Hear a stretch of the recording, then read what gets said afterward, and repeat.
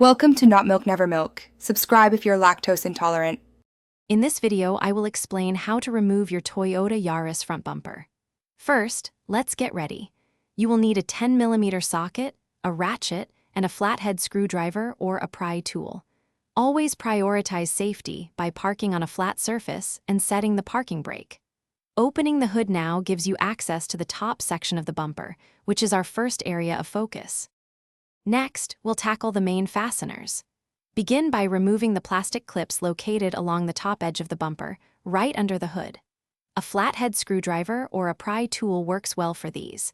Then, move to the underside of the vehicle. You'll find several 10mm bolts or screws along the bottom perimeter of the bumper.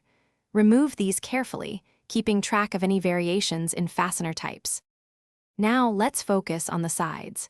Turn your front wheels to one side, then the other, to easily access the wheel wells.